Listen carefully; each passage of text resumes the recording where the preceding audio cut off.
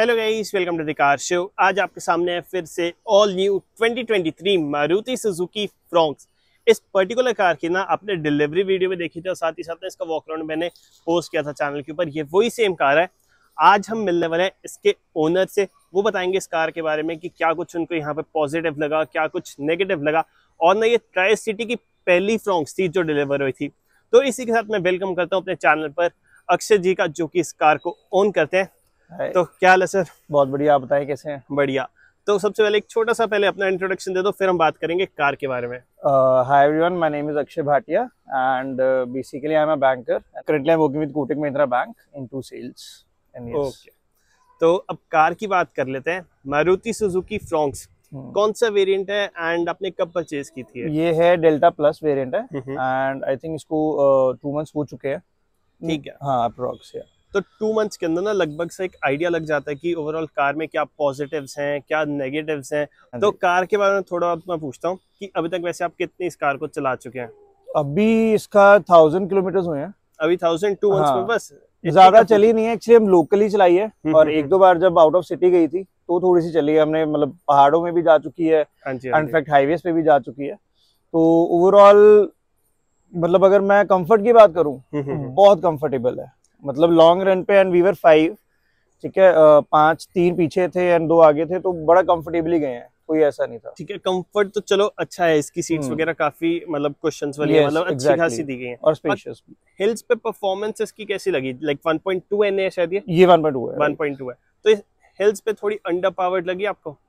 थोड़ा फर्क तो था, बट ऑब्वियस ही बात है क्योंकि मैं ये कहूंगा कि उस टाइम पे जब क्लाइंब कर रहे थे ज्यादा ऊपर नहीं गए, बट ये था कि थोड़ी जान लग रही थी क्योंकि 1.2 का और बेसिकली जो इसका जो दूसरा वेरिएंट है 1 का, उसमें फर्क तो होगा ही होगा। टर्बो तो इसका बहुत स्मूथली एग्जैक्टली तो हल्का सा था, ज्यादा मैं ये नहीं कहूंगा कि गैप था, बट ओवरऑल स्मूथ था, ज्यादा इतना टफ नहीं था उसमें। बट कहीं ना कहीं थोड़ा सा अंडर लगा, हाँ, क्योंकि इससे पहले मैंने डिजायर भी चलाई है, अमेज भी चलाई है, इनफैक्ट मेरे पास वो भी है, डस्टर भी है, तो वो भी काउंट अगर मैं मनी वाइज काउंट करूँ तो इसी वेरिएंट में है, बट दोनों का अलग अलग वही है, ईयर्स वाइज पैसे बढ़ते जाते हैं। एग्जैक्टली वो चीज है कि जैसे प्राइस की हम बात कर रहे हैं, तो प्राइस आपको कितना आपको इसके लिए ऑन रोड पे करना पड़ा डेल्टा प्लस के लिए? मुझे ये टोटल जो पड़ा है अराउंड 10 की पड़ी है गाड़ी, इंक्लूडिंग, हाँ पूरा 10 है। अच्छा, मतलब 1-2 हज़ार ऊपर नीचे होगा, मतलब ऊपर ही होगा, हाँ वैसा है, राउंड फिगर में 10 का पड़ा है। और बीच में इंक्लूडेड सब कुछ था, जैसे हमने अलॉयज वगैरह भी लास्ट में मैंने बताया था, अलॉयज भी थे, सिस्टम भी इसमें है। और in fact the best part is जो लाइक यंगस्टर्स है जिनको वूफर्स वगैरह का होता है, इनबिल्ट इतना बढ़िया सिस्टम है, तो आपको वूफर की कमी नहीं महसूस होगी। अच्छा, प्रॉपर साउंड सिस्टम अमेजिंग है, हाँ वो बहुत अमेजिंग था। बाकी इस नंबर के बारे में थोड़ी बात करते हैं। 9800 कितने का आपको मिला एंड मतलब ये नंबर ऐसे लेते कैसे हैं ऐसे पंजाब के अंदर? ये बेसिकली पेड नंबर्स है, तो इसके लिए मुझे 12,500 एक्स्ट्रा देना पड़ा था। अच्छा, आरसी के अलावा। ठीक है, तो वो यूनिक नंबर था कि अपनी चॉइस के अगर अपने नंबर लेने हैं, तो उसमें मेरे को मतलब डैड का जो कंडक्ट नंबर है दैट इज एंड में 9800। अच्छा, एंड उनका लकी नंबर भी 98 है, सो मोस्टली सबका यही नंबर है। तो ठीक है, मतलब प्राइस जस्टिफाइड है। 12,500 मतलब ठीक है, वो ज्यादा में, क्योंकि अगर मैं 5000 करता तो उसमें 5000 एक्स्ट्रा देने का वो नहीं था, वो शौक की बात होती है। तो आई वाज लाइक कि मेरे को 98 ही लेना है, आई वाज ट्राइंग फॉर 0098, वो और कॉस्टली बैठ रहा था, फिर ज्यादा रेट चला जाता। तो ये उसमें 12,000 के अंदर आ गया था एक्स्ट्रा जो मेरे को प्राइस देना पड़ा। अच्छा, उसमें बाकी थोड़ा कार की बैक साइड पे चलता है, मतलब पीछे से ना इसका ओवरऑल जो कूपे लुक है बहुत ही ज्यादा ना प्यारा सा लगता है लाइट्स ग्लो होने के बाद। बाकी इस सेंटर वाला पार्ट डेल्टा प्लस में ग्लो नहीं कर रहा है, ये नहीं कहीं ना कहीं आपका मन है चेंज करवाने का इसको? कुछ मन तो बहुत है, इनफैक्ट पूछा भी हमने, बट वो अभी के लिए तो ये बोल रहे हैं कि अभी इसका पार्ट आता ही नहीं है। अच्छा, ऐसा कि अभी ये बना ही नहीं है। शायद आगे होगा दिल्ली साइड पे कहीं पे, मैंने पूछा था, बट यहाँ पे मतलब कंपनी के पास तो नहीं है। वो कह रहे ये पार्ट बना ही नहीं है कि हम आपको चेंज कर सकें। अच्छा, जो अभी तक जो मेरे को कंपनी से मिला है, और बाहर अभी मैंने इसके बारे में पता नहीं करवाया। बाकी अब एक बार चलते कार के अंदर और फिर मैं आपसे पॉजिटिव और नेगेटिव्स पता करता हूँ इस कार के। तो चलो अब चलते हैं कार के अंदर। तो यार देखो, सबसे पहले ऐसे कुछ यहाँ पे इंटीरियर्स इसके कंप्लीट मिल जाते हैं। बाकी मैट्स वगैरह आपने इसके नेक्सस ही लिए हैं ओरिजिनल? हाँ, सब ओरिजिनल है। बाकी यार कार के अंदर इतनी बढ़िया सी फ्रेग्रेंस कहाँ से आ रही है? इतना मतलब मस्त सी रिफ्रेशिंग सी फीलिंग आ गई। ये लगाया हुआ मैंने, तो इसमें ये बेसिकली मैंने मार्केट से परचेज किया था। इसकी फ्रेग्रेंस बहुत प्यारी लगी थी मेरे को उस टाइम पे, तो मैंने कहा यार ये वाला उठाते हैं। और अब इसको आई थिंक 10 दिन हो चुके हैं, बट स्टिल अगर आपने ये नोटिस किया है तो ऑब्वियस ही बात है बढ़िया, बढ़िया, काफी बढ़िया लगी। तो ये था इन्वॉल्व 1 का स्विफ्ट। यस, अच्छा ठीक है। बाकी अगर अब बात करें इसके पॉजिटिव्स और नेगेटिव्स के बारे में, पहले आप पॉजिटिव्स बताओ जो आपको कार के लगे। पॉजिटिव जो मेरे को लगा, कंफर्ट है सबसे पहले तो। एंड हाईवेज पे विद योर फैमिली अगर हम देखें तो कांस्टेंट स्पीड पे भी अगर हम 90-100 पे भी जा रहे हैं तो वेरी वेल रन है और कंफर्टेबली जा रही है कोई। और सबसे बड़ी बात इसके सस्पेंशन की मैं बात करूंगा कि जो कहीं हम पंजाब साइड भी गए थे, थोड़ा सा कहीं इधर गए थे, तो वहां पे रोड बड़ी खराब थी, कंस्ट्रक्शन चल रही थी वहां पे, बट वहां पे हमें लिटरली अंदर किसी को फील नहीं हुआ कि कुछ हम खड्डे आ रहे हैं कुछ आ रहे हैं। तो इसके लिए बेस्ट पार्ट मैं कहूंगा इसका कि वहां पे कंफर्टेबली, मतलब मैं 30-40 की स्पीड में भी जा रहा था तो भी मेरे को फील नहीं हो रहा था कि नीचे खड्डे हैं कुछ है। अब बलिनो से 1 लाख अगर प्रीमियम ले रहे हैं ना, तो यहाँ पे अंदर इंटरनल इम्प्रूवमेंट्स इन्होंने किए हैं। एग्जैक्टली किए हैं, जो इन्होंने हाइट बढ़ाई है इसकी सस्पेंशन वगैरह में, उसी में ग्राउंड क्लियरेंस अच्छा कर दिया। मैंने अभी इसका कैमरा भी बिल्ड करवाया है। अच्छा, इसमें आता नहीं है? इसमें आएगा, एक सेकंड। अच्छा, वैसे नहीं आता बट शोरूम सामने लगा। हाँ, ये इसमें आता नहीं है डेल्टा प्लस में। ठीक है, गाइडलाइंस वगैरह नहीं है बट ठीक ठाक क्वालिटी है, ज्यादा बहुत टॉप क्वालिटी भी नहीं है, ज्यादा बेकार भी नहीं है, ओके इसमें कह सकते हैं इसको, है ना। ये बेसिकली आप कह सकते हैं कि जो बलिनो में बेस आता है, हाँ, उनके टॉप वेरिएंट में जो कैमरा लगा आता है, तो वही सेम कैमरा, क्योंकि ये भी मैंने एजेंसी से ही लगवाया। ये कितने का आपको पड़ा? ये मुझे पड़ा था 5490 का। काफी महंगा, बाहर तो अराउंड 2000 के आसपास लग जाता है, वही फिर एग्जैक्टली बट वही है ना, एक अंदर से होता है, क्योंकि नॉर्मली जब से मैंने कार ली है सारे पार्ट्स मेरे कंपनी से ही है। हाँ, तो इसलिए वो चीज होती है कि कंपनी से प्रेफरेंस रहती है ज्यादा। अच्छा, बाकी अब बात कर लेते हैं नेगेटिव्स के बारे में। तो नेगेटिव्स में क्या क्या लगे? नेगेटिव का अभी तक जो सबसे मेजर है दैट इज एवरेज। एवरेज आपको मारुति कार की कम लग रही है? एग्जैक्टली, मतलब अभी के लिए लग रही है क्योंकि हाईवे पे इसने मेरे को दी थी अराउंड 16। अच्छा, और अभी कितनी है? 16-17 के अराउंड। और अभी जो ये 12-13 के मेरे को इन सिटी में दे रही है बस। हाँ, तो ये मेरे को थोड़ा सा ड्रॉबैक लग रहा है। और इवन कि मैंने जब कुछ पार्ट्स के लिए एजेंसी में बात भी करी थी तो आई डिस्कस विद देम कि यार तुम तो मतलब 20-21 बोल रहे थे, ये तो 12-13 से ऊपर ही नहीं हो रही है। तो दे जस्ट लाइक, मतलब उन्होंने एक क्लियरेंस सा दिया कि फर्स्ट सर्विस के बाद जब आपका तेल पानी जो होता है चेंज होगा, जब फर्स्ट टाइम 10,000 के बाद जब चेंज करेंगे तब उसमें फर्क दिखेगा। तो I am hoping the best कि हाँ थोड़ा सा तो फर्क दिखे, क्योंकि 12-13 की एवरेज काफी कम है अगर पेट्रोल वेरिएंट में अगर हम देखें तो। मेरी खुद की एन अभी 12-13 दे रही है, मतलब वो साइज इंजन से बड़ा हो गया। एग्जैक्टली चीज होगी, तो वो पार्ट है बस। बाकी ओवरऑल नेगेटिव में मेरे को इतना कुछ खास लगा नहीं। राइड स्मूथ है, 4 सिलेंडर इंजन। एग्जैक्टली, मतलब स्टीयरिंग वाइज भी देखा जाए और इंजन वाइज भी देखा जाए कोई नॉइस नहीं है। मतलब ये तो चलो इसका एक ऑटो सिस्टम भी है, हाँ जी, ऑटो इंजन। हाँ, बहुत बेकार लगता है मेरे को सही में फीचर वो एक्चुअली में बेकार ही है, क्योंकि कई बार वो दिक्कत भी देता है। बट वो अगर आप ट्रैफिक में जा रहे हो तो सबसे बड़ी परेशानी होगी उससे। बहुत दिक्कत है, जैसी लाइट पे 10 सेकंड की लाइट, हल्का क्लच छोड़ो कार बंद। एग्जैक्टली, और सबसे बड़ा प्रॉब्लम ये आता है कि वो क्या कहते हैं, सब इंजन वगैरह सब बंद हो जाता है। और दूसरा है कि जितनी बार भी आप इग्निशन ऑन करोगे, जितनी बार भी आप स्टार्ट करोगे, आपको बार बार ये ऑफ करना पड़ेगा।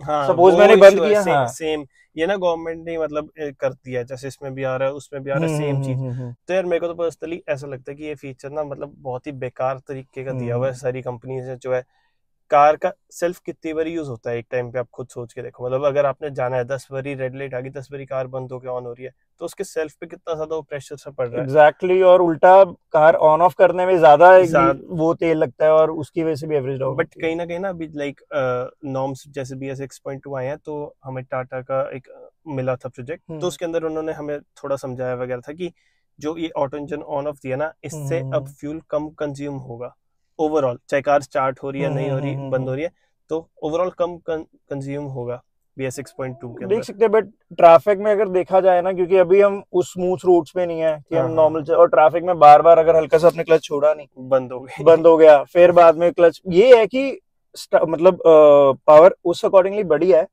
कि मतलब एकदम से स्टार्ट भी हो जाता है। ऐसा नहीं है कि बिल्कुल स्लो हो रहा है, कुछ हो रहा है। बट द थिंग इज बार बार बंद होना, फिर क्लचिंग करके वो थोड़ा सा, हाँ एग्जैक्टली, खराब हो जाता है। और मेजर प्रॉब्लम वही है कि बार बार तुम्हें ऑफ ऑन करना करना ही पड़ेगा। हाँ, ये हर इग्निशन के बाद ये ऑन ही रहेगा ऑटोमेटिकली। बाकी बिल्ड क्वालिटी की बात कर लेते हैं। मारुति थोड़ी सी बदनाम है इस चीज में, आप क्या कहना चाहोगे? नहीं, इस बार मारुति ने अपने आप को सुधारा है, to be very frank. Quality wise अगर देखा जाए तो जैसे मैंने बलिनो भी देखी थी, जब मैं लेने की जब गया था, ये मैं बलिनो पे ही प्रेफरेंस थी मेरी। तो कंपेरेटिव टू दिस, जो इसका इंटीरियर है मतलब जो इन्होंने क्वालिटी यूज करे दैट इज ग्रेट। नहीं इंटीरियर की मैं बात नहीं कर रहा, इंटीरियर चलो ठीक है, अच्छे इस प्राइस पॉइंट का सबसे अच्छा क्वालिटी की बात कर रहा हूँ। हाँ, बिल्ड क्वालिटी, लाइक अगर इन केस कभी कार लगती है तो उस केस में ना ऐसी गाड़ी मारुति की, लाइक मैं खुद बलिनो भी ओन करता हूँ। अच्छा। तो मेरे को बहुत बेकार लगती है उसकी पर्सनली। अच्छा वैसे? हाँ जी, उस अकॉर्डिंग मतलब उस अकॉर्डिंग भी देखा जाए तो है कार हल्की तो है, ये तो मानना ये तो देखो मारुति की चाहे आप 20 लाख का वेरिएंट भी उठा लोगे ना कोई, नहीं लाइक ब्रेजा वगैरह आती है ना, उस पे 4 स्टार मिल रहे हैं। नहीं बट द थिंग इज अगर आप उसमें भी देखोगे ना तो बॉडी बिल्ड तो उसका भी हल्का ही है, बाकी कंपटीशन से थोड़ी वो रह जाती है। हाँ कंपटीशन दे रही है, बट मारुति ये चीज अपनी नहीं कंट्रोल कर सकती। बट ये है कि हाँ इसमें प्रॉपर प्लास्टिक नहीं है जैसे हम स्विफ्ट वगैरह में देखते हैं, वो तो बहुत ही हल्की है। हाँ वो तो बस उससे डेफिनेटली हाँ पहले से इम्प्रूव्ड है, बट स्टिल इम्प्रूवमेंट की जरूरत है क्योंकि बाकी कॉम्पिटिशंस में कार्स बहुत ज्यादा सेफ्टी वाइज आ रही है, हाँ हैवी में आ रही है और सेफ्टी वाइज बहुत ज्यादा प्रेफरेंस पे हो रही है। मैंने जब बलिनो ली थी, बहुत मतलब जब स्टार्टिंग में लॉन्च हुई तभी ले ली थी, तब पता ही था इतना कार की समझ पसंद आई बस ले ली, वो वाला सीन था। तो वो चीज थी। अब आपको तो यार देखो माइलेज भी नहीं इस पर अच्छी मिल रही मेन वेट इसलिए रिड्यूस करते हैं कि माइलेज अच्छी मिल जाए। एग्जैक्टली तो बट ये है कि मतलब एक कंफर्ट की बात होती है ना, क्योंकि फ्यूल तुमने डलवाना है वो तो बट ऑब्वियसली बात है कोई भी कार लोगे तुम 2 एवरेज बढ़ जाएगी, 3 बढ़ जाएगी, 4 बढ़ जाएगी अगर मैक्सिमम हम लगाए 16-17 की अगर इस वेरिएंट की बात करें। बट द थिंग इज कि उसमें कंफर्टेबिलिटी जो मिली है वो मेरे को बेस्ट पार्ट लगा यहाँ पे। हाँ कंफर्ट नो डाउट काफी अच्छा और कुशन्स बहुत ही मतलब सॉफ्ट सी, अगर आप ये चीज भी देखेंगे तो मोस्टली कार स्ट्रेट होते हैं, ये प्रॉपर फिट हो रहा है इसमें। हाँ ये चीज मेरे को मतलब पहली बार जब मैंने स्ट्रॉन्ग्स के रिव्यू किया था बैठते ही मेरे को ये चीज बहुत अच्छी लगी, जिसका कंफर्ट बहुत प्यारा है। मिडिल वेरिएंट में बहुत मतलब रेयर कार्स होते हैं जिसमें इतना ड्यूल टोन का भी, जो अगर हम देखें ड्यूल टोन नहीं है, 4 टोन ही है। एग्जैक्टली 4 टोन हो गया, सारे कलर सारे कलर्स इन्होंने डाले, कार्बन फाइबर भी आ गया 5 टोन। तो उस अकॉर्डिंगली देखा जाए तो मारुति इंप्रूव भी कर रही है। हाँ ये बट ये है कि वो भी कहते हैं ना डेवलप्ड और डेवलपिंग, तो ये भी डेवलपिंग में है, slowly they are moving, develop हो जाएगी बट हो जाएगा इंशाल्लाह। बाकी ओवरऑल वेरिएंट की अगर बात करें, डेल्टा प्लस आपने बाइक है 1.2 एनए पेट्रोल मैनुअल के अंदर, यही वेरिएंट क्यों? ये वेरिएंट बेसिकली यही था कि जब हमने वो देखा था कि प्राइसिंग का ना जिसका नीचे का वेरिएंट है जो डेल्टा है उसका 40,000 का फरक था, सिर्फ 50 के अराउंड, 40-50 के अराउंड। बट उसमें क्या कहते हैं ना अलॉयज थे, ठीक है, सिस्टम भी ओकेश था, तो आई थिंक उसमें स्क्रीन भी नहीं थी जहां तक मेरे को याद है। स्क्रीन है एक अलॉयज और लाइट्स का, हेडलाइट्स का, हाँ एग्जैक्टली लाइट्स का बहुत, क्योंकि देखो अलॉय से भी लुक बढ़ती है और इनफैक्ट लाइटों का बहुत ज्यादा डिफरेंट है। प्रोजेक्टर लैंप्स की अगर मैं बात करूं वो हेलोजन में, हाँ वो हेलोजन है, वो नॉर्मल है, बट इसमें ये होता है कि डे लाइट लाइट्स है और प्रॉपर इफेक्टफुल है कि मेरे को अपने हेडलाइट्स कभी कभी तो ज्यादा यूज ही नहीं करनी पड़ती, कि उसकी लाइट्स ही काफी स्ट्रॉन्ग है जो डे लाइट लाइट्स। बाकी हेडलैम्प का रिस्पांस आपको कैसा लगता है रात के टाइम पे, जब आपने low beam high beam highway पे आप लेके गए हो, तो कैसा आपको रिस्पांस लगा इसका हेडलाइट्स? वो अमेजिंग लगा, तो वही मैं ये चीज में बेस्ट पार्ट बोलूंगा कि उसका ब्राइटनेस इतनी ज्यादा है, जैसे नॉर्मली क्या होता है कि व्हाइट लाइट्स में वो इतना फोकस नहीं दिख पाता, हुंडई की कार्स में बिल्कुल नहीं आता। एग्जैक्टली क्रेटा वरना कोई भी देख लो उसका फोकस है ही नहीं, बट मारुति बट इसमें इन्होंने इन पे काम किया है और मे बी शायद अब इस चीज को मैं बोलूंगा कि शायद वेरिएंट मैंने थोड़ा सा अपग्रेडेड लिया है, तो इसके लिए थोड़ा ज्यादा लग रहा है। बट इन्होंने बहुत अच्छा इन्होंने मेंटेन किया है लाइट्स के मामले में, कि अगर 10 लाख मैं अगर किसी कार को दे रहा हूँ दैट टू हैचबैक को, क्योंकि ये मेरे तीनों चीजें में काम, पहले तो कंफर्ट है, सबको 5 बंदे इजीली बैठ सकते हैं, बैक स्पेस भी बहुत है, डिग्गी भी अगर आप देखा जाए तो पीछे इतनी ज्यादा बड़ी डिग्गी है क्योंकि हमने 4 बैग रखे थे और 4 बैग बहुत इजीली आ गए थे। अच्छा ठीक है, एंड मोरओवर इसका यही पार्ट रहता है कि एसयूवी में भी काउंट होती है, मिनी एसयूवी टाइप आप कह सकते हो, हैचबैक में भी आ गई, मिक्स सा सेगमेंट में ऐसा निकला है। जब मैं निकला वहां पे विटारा भी साथ में चल रही थी, ग्रैंड विटारा, तो कोई डिफरेंस कह ही नहीं सकता था, फ्रंट से तो बिल्कुल सेम ही लगती है। बाकी चलो एक बार ये बाहर चलते हैं कार के एंड अब बात कर लेते हैं ओवरऑल रोड प्रेजेंस किस तरीके की मिलती है, मतलब पब्लिक जो है घूम के देखती है कार को या कुछ ऐसा कुछ अभी तक नोट हो रहा है? ये तो है अभी वेरी फ्रैंक, क्योंकि अभी भी मतलब बहुत लोगों की इतनी ज्यादा अभी निकली नहीं है, क्योंकि अभी शोरूम्स में भी बुकिंग्स अगर आप देखने जाएंगे तो डेली इसकी बुकिंग्स भी हो रही हैं। हाँ जी, हाँ जी। और मोर ओवर की इसकी अभी इतनी ज्यादा मतलब मार्केट में अगर आप देखेंगे चंडीगढ़ में तो आपको